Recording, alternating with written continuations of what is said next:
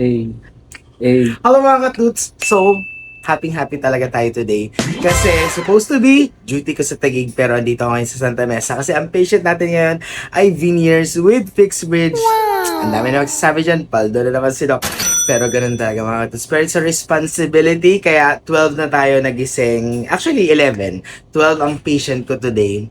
So, kaya natin nag-schedule tayo ng Santa Mesa ngayon. Kasi 3 months pa lang, nag-contact na sa atin ang patient. Nasa abroad pa lang siya.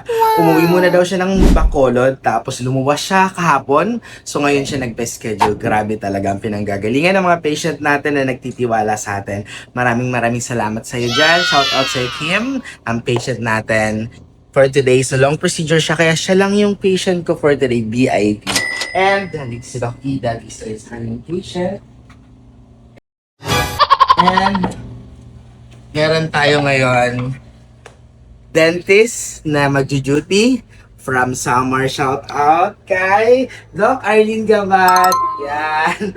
Congrats siya sa newly graduate and nag-ask siya sa akin kung pwede mag-duty dito. Since yung dentist ko na si Doc Faye ay naka-leave hanggang 27, so mag-duty mo na siya dito. Yes.